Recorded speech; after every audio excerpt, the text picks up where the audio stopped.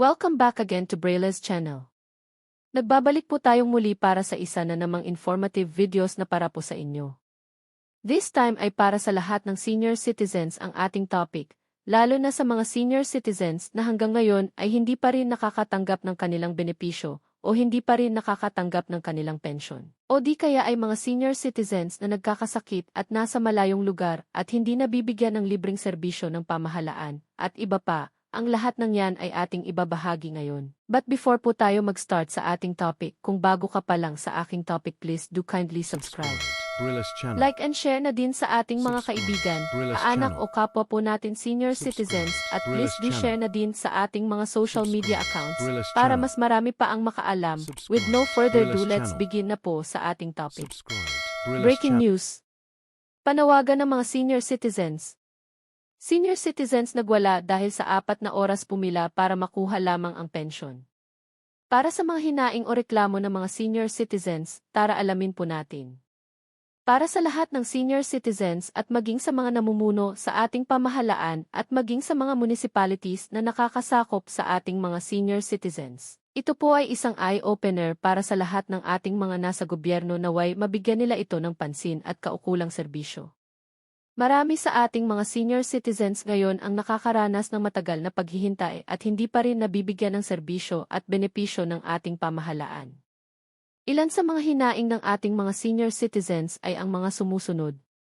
Mga indigent seniors na hanggang ngayon ay hindi pa rin nakakatanggap ng social pension. Mga senior citizens na bigla na lang tinanggal sa beneficiaries ng social pension. Mga senior citizens na pumipila ng ilang oras para lamang sa kanilang pension. Mga SSS pensioners na hanggang ngayon ay hindi nakukuha ang kanilang pension. Mga pensioners na bigla na lang hinuhold ng walang abiso o ang anumang problema para nga naman ma-update ang anumang kulang o problema. Mga senior citizens na nasa malayong lugar na hindi nakakaranas mabigyan ng serbisyo ng pamahalaan.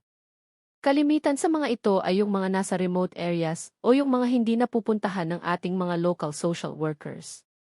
Mga senior citizens na karapat dapat mapabilang sa social pension o cash assistance, subalit mas inuuna ang ibang kakilala o kamag-anak. Ito ay talamak din sa ngayon, base na rin sa mga natatanggap nating mga hinaing mula mismo sa mga senior citizens. Isa pa ring dahilan ay ang mga senior citizens na hindi nabibigyan ng libreng serbisyo, tulad ng medical, laboratories at mga gamot. Maaari nating sabihin na may PhilHealth Yakap program kung saan pwedeng makatanggap ng libreng serbisyo ang ating mga seniors, subalit walang malinaw at maayos na nagsasabi sa kanila kung paano ang dapat gawin para maka-avail. At alam naman po natin na hindi lahat ng ating mga seniors ay maalam sa internet o social media para makasunod sa anumang instructions ng pamahalaan. Dapat ay may bumababa na taga PhilHealth para magbigay ng libreng seminar kung paano at saan sila pwedeng mag-avail.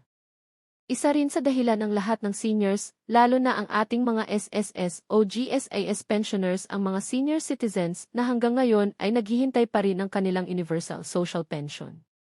Napakatagal na po nilang hinihintay ito na maipatupad subalit hanggang ngayon ay nganga pa rin at hindi umuusad. Kung titignan naman po natin ay sobrang liit ng benepisyo na ibibigay ng pamahalaan pero bakit hindi pa rin maibigay sa ngayon?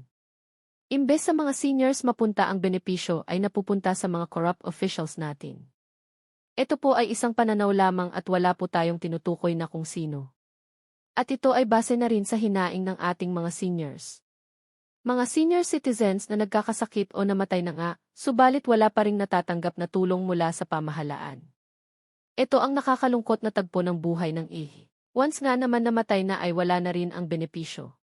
Meron pong isang nag-viral ngayon kung saan may isang senior ang nagwala o nagreklamo dahil sa taga ng kanyang pag-aasikaso at pagpila, subalit wala pa rin ang kanyang pensyon. Tara pakinggan po natin. 4 na oras na ako nakapila! 60 taon ako nagtrabaho! Mga congressman may kotse, may allowance na milyon! Kami lumalangoy sa pawis! Mamatay na ba ako bago ko makuha ang pensyon ko? Isa lamang po ito sa mga boses ng ating mga senior citizens. Marami po tayong natatanggap ng reklamo mula sa social medias dahil sa tagal ng paghihintay nila para matanggap at mapakinabangan ang kanilang mga benepisyo. Masakit mabasa at malaman ang kanilang hinaing, subalit wala po tayong magawa kundi makinig at maibahagi ang mga ito upang mapanood at mapakinggan ng mga kinaukulan. Hanggang kailan ba sila maghihintay? Ang buhay ng ating mga senior citizens ay nasa period na anytime ay pwedeng may mangyari dahil sa vulnerable na po ang kanilang pangangatawan. Bakit kailangan po nating pabayaan ang ating mga seniors? Para sa ating pamahalaan at maging sa mga municipalities po natin. Sana naman ay mabigyan po natin ng higit na priority ang ating mga seniors, sila ang unang naghubog sa atin para makarating sa ating mga posisyon. Sana naman ay wag natin silang kalimutan bagkus ay bigyan po natin ng pagpapahalaga at pag-aalaga sa kanilang mga benepisyo. Sana'y maging eye-opener po ito sa lahat ng nanunungkulan. Iisa lang ang ating mga buhay, kapag dumating ang araw na bawiin po ito sa atin ng may kapal. Ang lahat ng ating kayamanan ay hindi po natin madadala sa huling hantungan. Kaya't ibahagi po natin at tulungan ang mga senior citizens na nangangailangan ng ating serbisyo. That's it. Manatili po kayong nakatutok sa aking channel para sa iba pang informative videos na para po sa inyo.